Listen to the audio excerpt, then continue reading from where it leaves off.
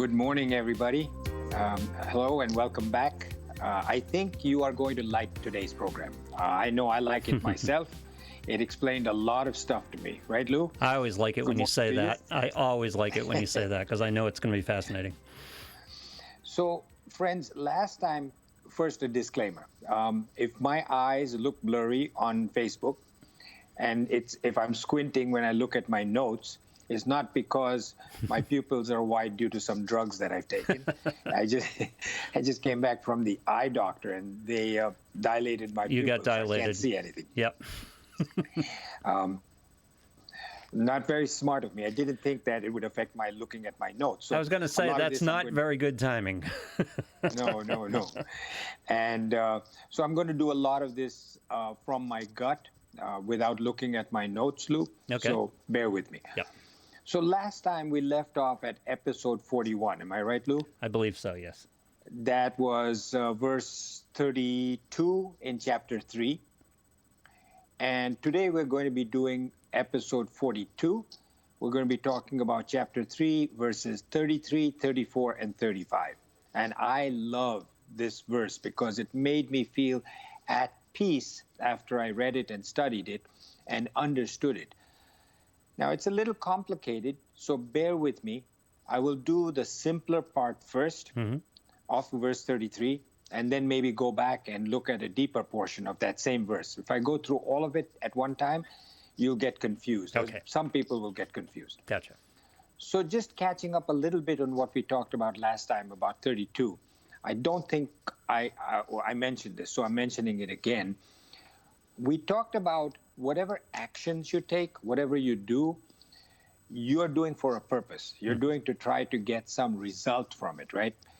If that result that you're looking for is for a selfish reason, you're doing it for your ego, for your ahankar in Sanskrit, for your ego. And we did say that when you are doing it for your own self, for your own selfish reasons, your ahankar, that efficiency of that action will drop. What I didn't say is that the level of efficiency of the action compared to how much you're doing it for yourself is inversely proportional, which means that the higher your egotistical reason for doing this, your self-serving purpose, the less efficient you're going to be. Remember we talked about Sachin Tendulkar, who when he starts getting up to a century, which is 100 runs in cricket, he stops looking at the scoreboard and just puts his head down and just does what he has to do because he says, if I start looking at the reward, I'm not going to play well. So the more selfish your reasons, the less efficient your actions are going to be. Right. So a big ego, your efficiency is very little.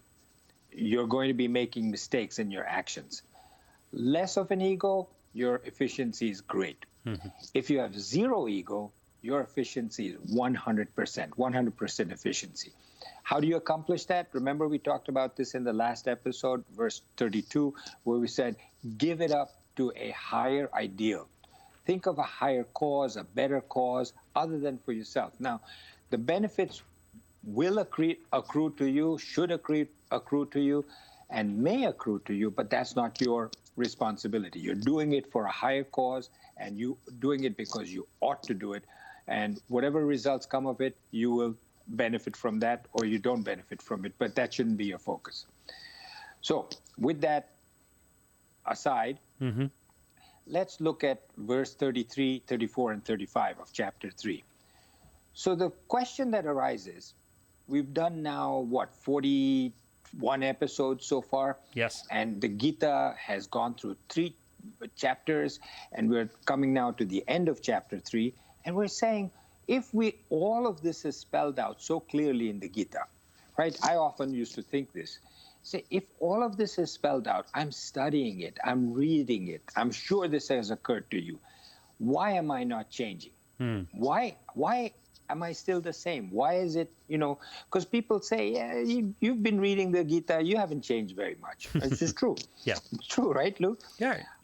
We go to church maybe, or temple, or the mosque, or whatever we go to, we study, we're doing diligent stuff, and nothing is changing. Now, recognize that throughout all of this, I have not said even once what people who do look at the Gita think it's going to say, which is, you must go to the temple, you must pray, you must do this, and you must offer some money to the temple and the priest. Nowhere does it say that. Right. Everything is very scientific. It doesn't matter what religion somebody is, what they're. This is very, very scientific. And that's why I love the Upanishads and the Gita. Everything is so scientific.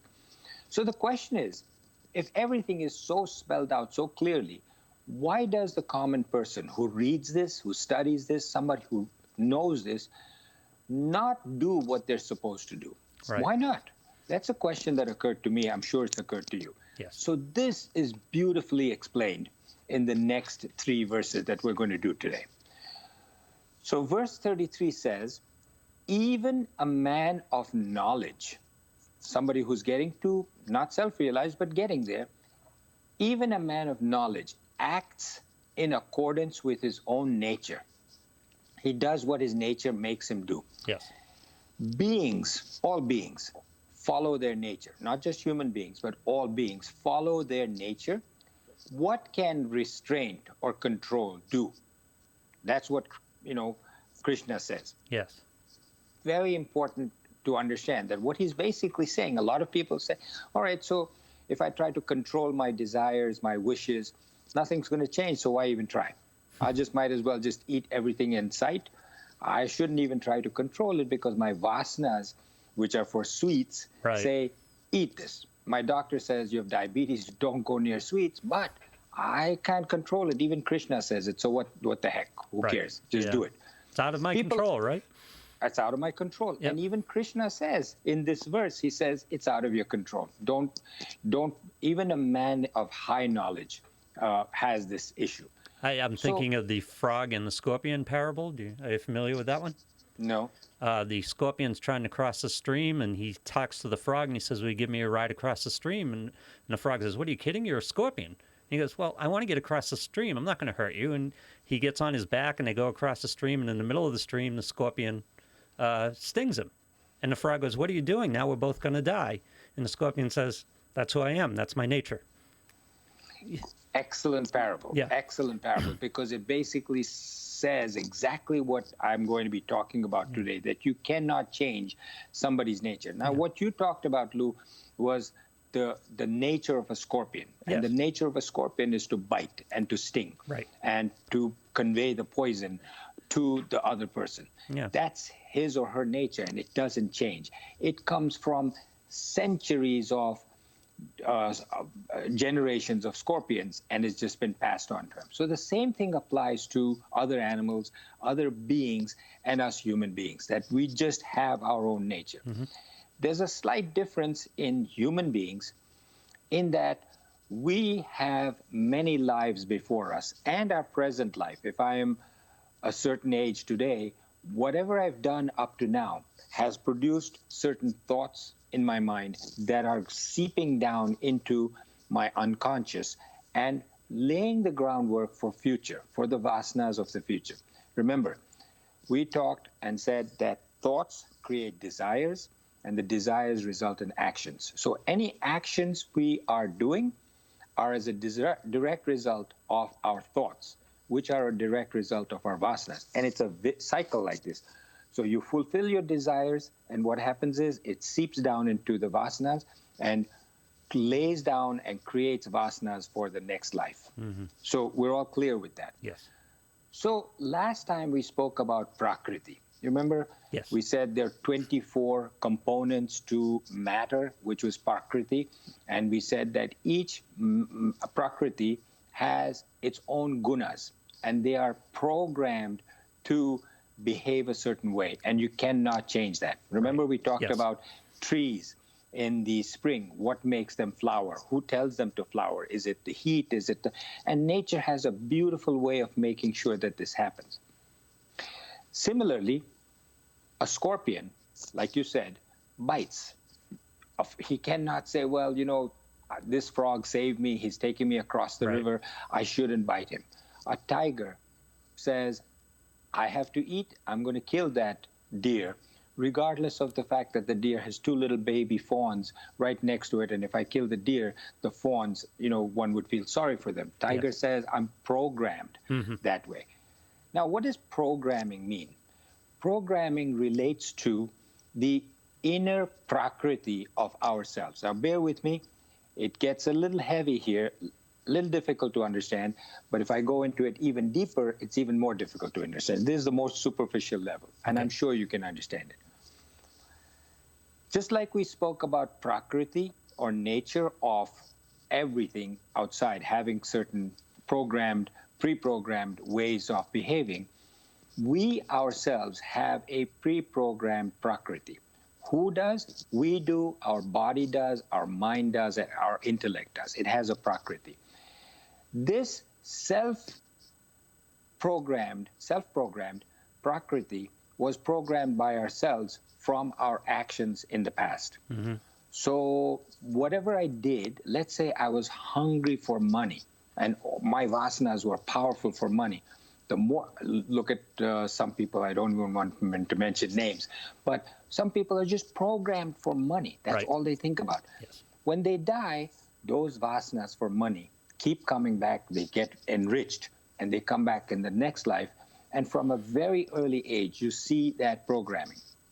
So many people, children, when they're born, they have desires for certain things. You can actually tell from a very early age that the vasanas of certain people. And that's where this, what are they called, prodigies? Yes. Prodigies, play music at a certain age. They have a vasana for music. Somebody can do mathematics at a very early age. Other people have prakritis for food or sweets or money or, the opposite sex. Any of these. It's pre-programmed. Those are all coming from the vasanas or samskaras, two different names. These are based on your past vasanas. And those vasanas produce thoughts. I get thoughts in my mind.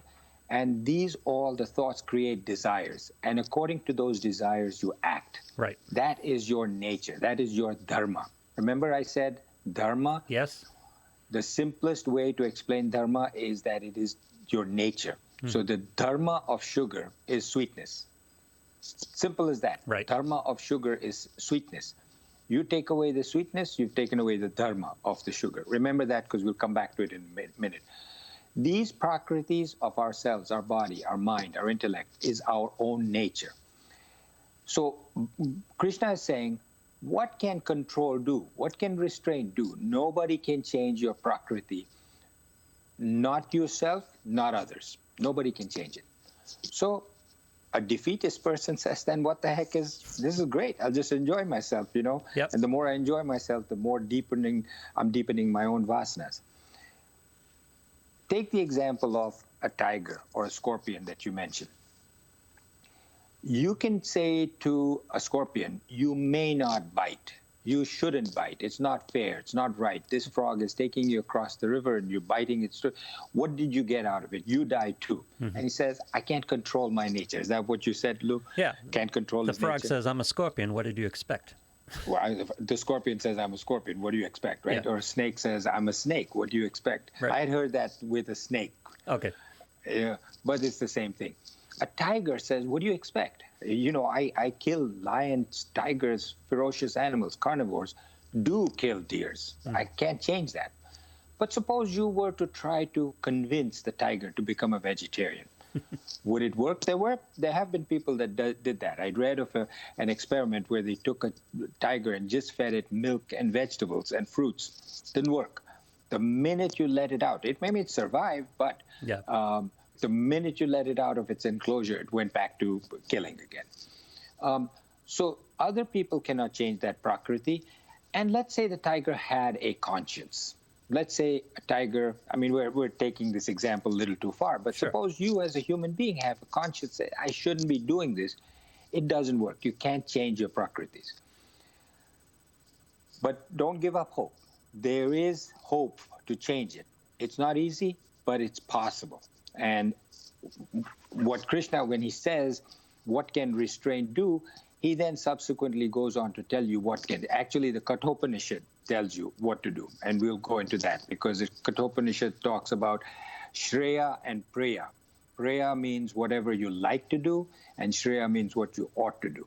So the Kathopanishad teaches us that we should be doing what we ought to do, not what we like to do.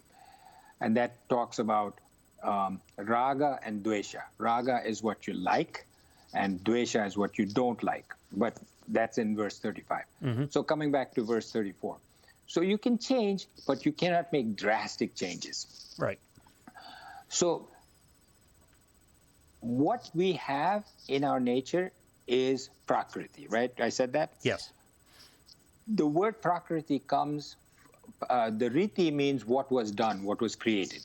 And prak means from the past, done originally. Oh, Prakriti is from the past, what was created. Those are your vasanas. Vikruti means the perversion of the prakriti. So if you just, and samskriti is a modification or transformation for the better. Prakriti, samskriti for the better, vikruti for perversion. So imagine a nice dish that I make, right, with fruits, for example, bananas. Right. And I take bananas and apples and I cut them up and I put them in a nice bowl and I leave it, and that's prakriti. That's at the initial level. If I just leave it like that, pretty soon the bananas will get brown and the apples will get brown and they'll start to disintegrate. Right. That is vikruti. That means it has deteriorated, become perverse, it's deteriorated. Yep. If I take, in fact, those bananas and apples and I decorate them with grapes on the side and put flowers around it and put, something else, make it look pretty, that's called samskriti, meaning I've improved it. Right. So the prakriti you cannot change, but you can improve on it. So let's say my prakriti is one of aggression, right? I'm an aggressive person. That's my vasanas. Throughout my previous lives, I've been a fighter, and everybody says, oh my God, this guy's going out and getting into another fight again. He's come back with a black eye, his cuts and bruises. When is this guy going to learn? He's always fighting. Right. So my prakriti is to fight. Without any change in us human beings, always the prakriti devolves. It disintegrates. It becomes worse. So you become vikruti, which is downwards. So the prakriti being bad, you will go downwards. You'll start to fight more, and you'll use your aggressiveness for bad things. Right. If you then channel your prakriti, you with me, everybody? You channel your prakriti into doing something good with that same vasana. You're making it samskriti, like those apples and bananas and flowers, and you make it look pretty and presentable. Right. You take that aggression and you say, I'm going to use this to defend the country, to, fight terrorism. You're actually taking your aggression and you're channeling it into something good. That you can do. The analogy is that you're coming to this life with a certain foundation of a building. You as the architect come and say, I can't really change this because the pillars are a certain way. I can't change it. The whole building will collapse. But what I can do is make it more beautiful. Right. I can take this same rendering, I take the same pillars and the ceilings and the floors, and I can put different kinds of walls, paintings, decorations, and make the building look much nicer. So the body, mind, and intellect, when born, it has prakriti. Nobody can change it. If you do nothing, it devolves and goes to vikruti, and your body, mind, it goes downwards. So it is up to us to provide it with sanskriti. So that's chapter 34. Did I leave out anything, Lou? Can you think of anything that I should have said? I don't think so. It's very clear so far, actually. It's very clear, right? Yep. Okay, good. I'm glad. So we have a nature, and if we don't deal with that nature, it will get worse. It will be worse for us. If we work on the nature and work with it, we can make it better. We can ease our desires. We can ease the things that we're kind of attached to. and turn it Yes. into use for good. Right. And that actually lessens your vasanas, therefore lessens your thoughts, lessens your desires. That's at the simplistic level. We'll go deeper into likes and dislikes, Right. because in verse 34, Krishna says attachment and aversion, which is liking and disliking, raga and dvesha, attachment and aversion for the objects of the senses abide in the senses. The likes and dislikes abide in the senses. Let none come under the dominion of those two, for they are one's enemies. So who are the enemies? The likes and dislikes. Right. Aversion and attachment are the enemies. He says, raga and dvesha, which are likes and dislikes, are the enemies. He calls them actually wayside bandits. Oh. The Sanskrit word is paripantaha. Paripantaha are wayside bandits. Like in the past, when I used to read books as a child or comic books, the carriages used to go through forests. Yep. And from behind the trees would jump these bandits and stop the carriage and then rob people of everything. And this verse says that likes and dislikes are wayside bandits. So what do they rob you of? And how do you know what your prakritis are? We talked before about our prakritis. Body, mind, and intellect has an inborn prakriti that is born with. How do you know what they are, your prakritis? Only from your likes and dislikes, your raga and dvesha. Mothers will tell you, and as a grandfather now I see it in my little grandchildren, even at the age of 1 year old, you can see two granddaughters and one likes the exact opposite of what the other one likes. Right. One grandson likes the exact opposite of what his brother likes. How does that happen? They're born with different prakritis. What is that? They have likes and dislikes. Where do those likes and... So you can tell what somebody's prakriti is by the likes and dislikes. Right. Where do they live, these likes and dislikes? They live on the sense organs. Our sense organs, we talked about them. The 5 sense organs, the 5 organs of action. We talked about that. For those of you who may not remember, just go back and look at it again. They live on the sense organs for the sense objects. Right. So a person who has likes on the ear likes to listen to certain music. Right. Certain people, children from an early age, like colors. One person might like such and such colors, the other person likes different colors, foods, smells, sounds, etc. Yep. Mothers say, oh, my child, he likes to sleep in bright light. If I make it dark, he can't sleep. Other mother says, my child has to have a pin drop silence and total darkness, otherwise my child can't sleep. Right. Every person has their likes and dislikes. These are expressed from the sense organs onto the sense object. You can suppress your likes and dislikes, okay? You can suppress it, but you can't get rid of it. Right. They're still there. You can confuse your prakriti because of what your parents tell you. Say, you want to be a musician because you have a vasana for music? No, musicians don't make any money, or so they say. Right. Wait till you see the Beatles and the Rolling Stones, right? There you go, right, yeah. Musicians don't make any money. I don't want you to go towards music just because you like it. You will become an engineer. That's how parents have often been in the past. Sure. When you do that, you can suppress that person's likes, but you're not going to get rid of them. They're there. And no matter how self-realized you are or how advanced you are in this knowledge, even Krishna had his likes, right? We know that from the scriptures. And just in terms of the Gita alone, you can see that he has a fondness towards Arjuna. Right. He's telling him sororities, and he's saying, kill the enemy, your cousins. Obviously, these were his cousins too, Krishna's, but he said, kill them. They're bad people. They're doing bad things. They're immoral. They're bad for the country, bad for other humanity. You have to do your duty and kill them. Does that mean he likes them like he likes Arjuna? No. Which means that even Krishna has his likes and dislikes. So I heard of an analogy in this respect of an elephant that is huge. In the streets of India, you see elephants walking on streets, Yep. Of course, with somebody on their back. And the elephant has to go a certain way towards the temple. And along the way, there are these stray dogs, street dogs, that come and start from a little bit of a distance barking at the elephant. Right.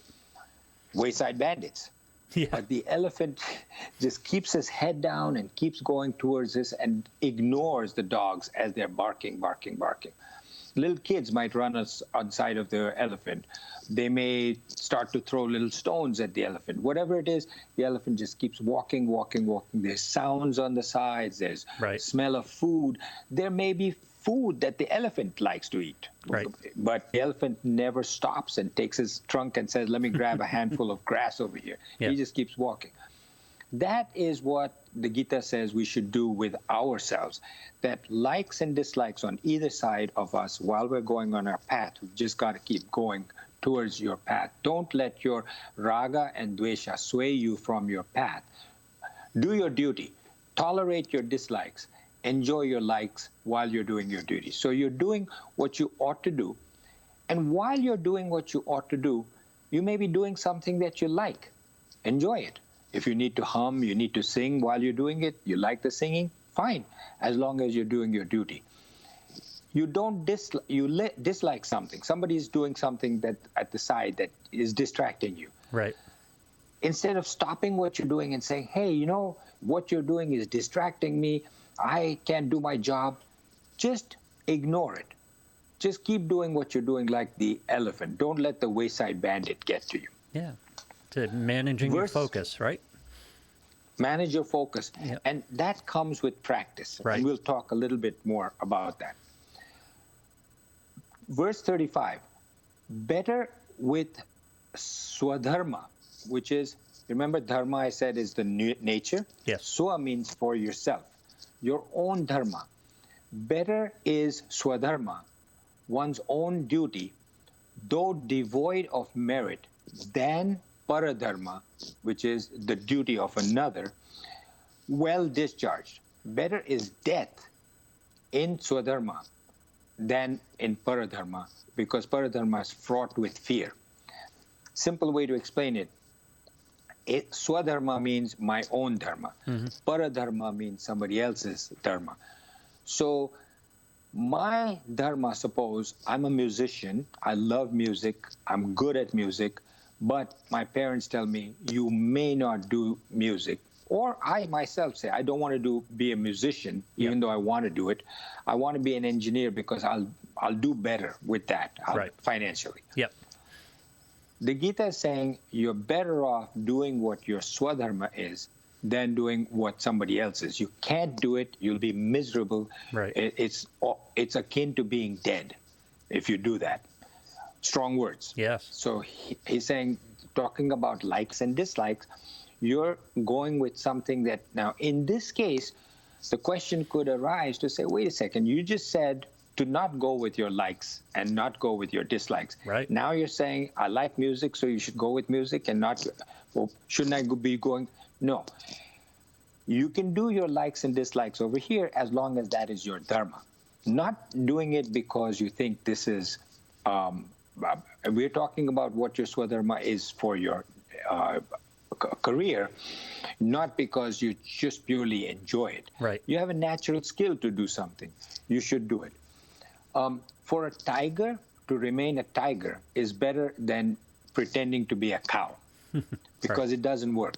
For a scorpion, if he's a scorpion that he needs to bite, he has to bite. He can't be a frog.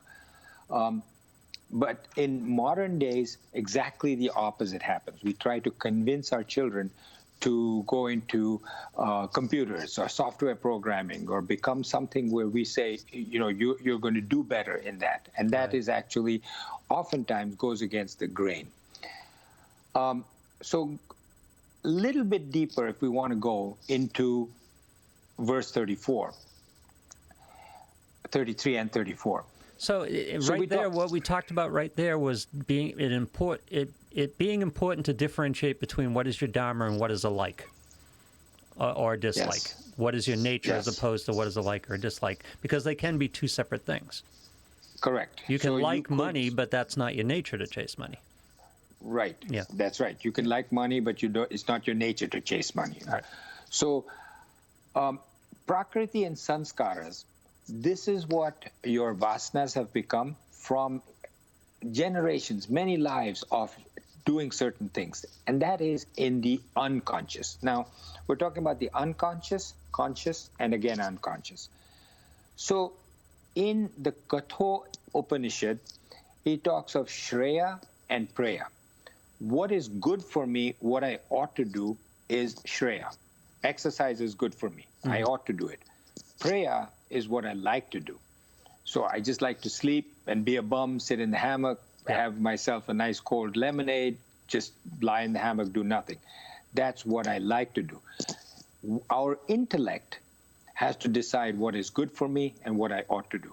Not go with the bandit that says, lie in the hammock and drink lemonade all the time. So you have to take a decision. And the decision is to cut off what is unpleasant for you, or what is pleasant for you. If you like it, you just cut it off from you. There's an experiment.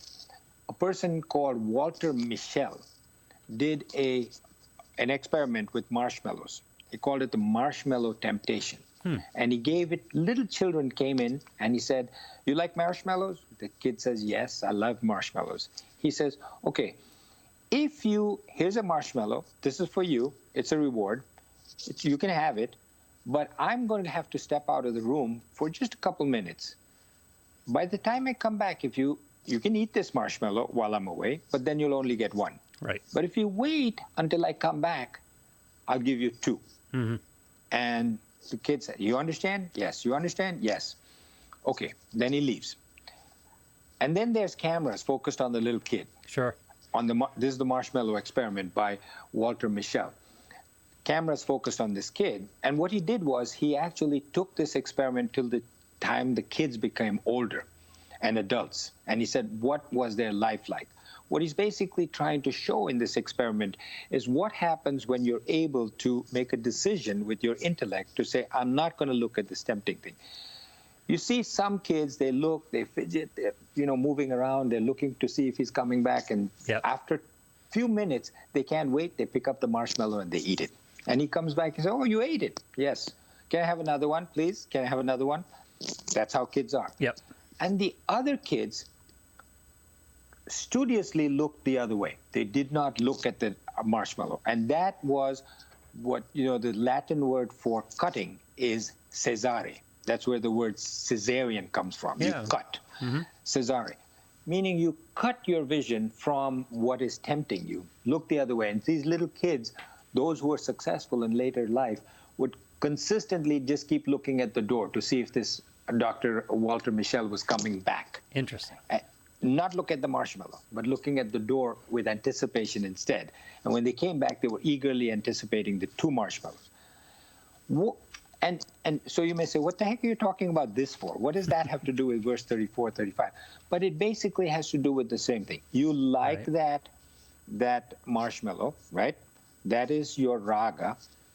You have a shreya for doing what you ought to do, which is you made a commitment to say, I'm going to wait till Dr. Mischel comes back before I eat that first marshmallow. Right. And in reward, I'll get two marshmallows. So he showed that, he probably doesn't know anything about what we're talking about, the Gita, or maybe he does. But it is an experiment that shows that those people who have an inherent tendency from an early childhood to be able to postpone gratification. And that's the core, the base point here, the core point, which is the ability to delay one's own gratification. Right. Then you're successful. So we talked about samskaras or prakriti being uncontrollable. It is deep down inside. That's your nature. You just like the tiger has a nature to kill a deer, the scorpion has a nature to bite. The samskaras are uncontrollable. On their way up towards a thought or a desire, there's a small gap where you can change it. And that is when it becomes the conscious part, where it says, oh, the consciousness says that vasana for that, do I like it? Do I dislike it? For a flash it comes, do I like it? Do I dislike it? That is when you can say, I like it, but I'm not going to have it. If it goes past that, immediately it says, I like it, let's do it. Yeah. The karma, the conscious action, it's conscious, it's an action, you're doing it, it's a karma, but it's uncontrollable. So prakriti is unconscious, raga, dvesha, likes and dislikes are conscious but controllable. And it's a brief window. And the next is the karma, which is where you think, you say, you do. It is conscious, but it's uncontrollable. Right. Once it gets past the raga, dvesha, it's uncontrollable. So you have to take a decision like these kids and say, I'm not going to look at it. The more you look at it, the more you indulge in it, the harder it becomes. In the Yoga Sutras of Patanjali, it talks about conscious and subconscious. It talks about, in Sanskrit, the word is vritti, or thought, and samskaras, which are subconscious, which are not aware of it. So you're not aware of what you're thinking of, what you're doing. Right. So you have to take a decision. Each time, put Shreya first, not Preya.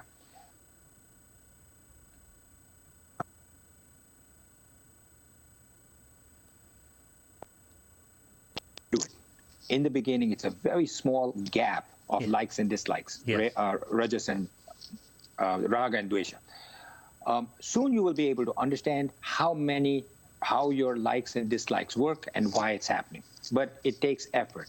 Your decision-making power will increase, which means your intellect, which is the decision-making power, is getting stronger. What you think of goes back into your samskaras or prakriti. So control your thoughts. Right. If you keep thinking about money and how to acquire it, it's going to keep fulfilling into your vasanas. You are aware of your vritti, which is conscious. You're not aware of your samskaras, which are unconscious. So have I confused everybody enough? No, I think it's fascinating, especially the marshmallow experiment, because the part I was aware of that experiment. The part I wasn't aware of is that most of the kids who were successful didn't look at the marshmallow.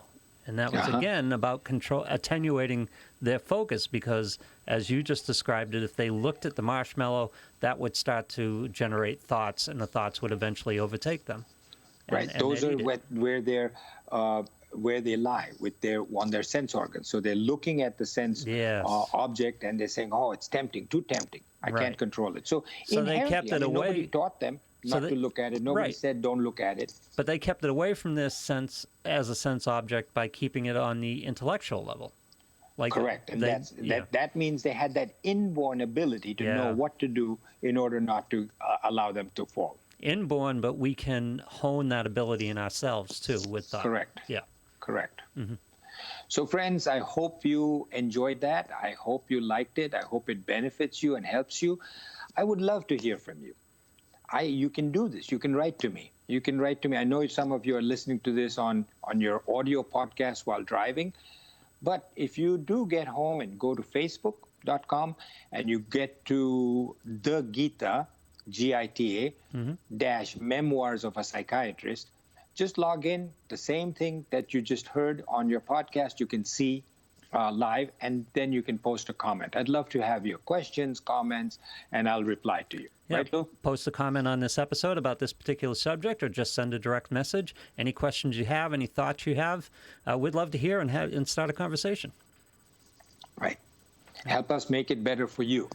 Meanwhile, on Facebook, on Apple Podcasts, Google Podcasts, Spotify, you can find all the episodes. If you came in the middle of the story, you might want to go back and check some previous episodes and catch up. So thank you, and see you next time.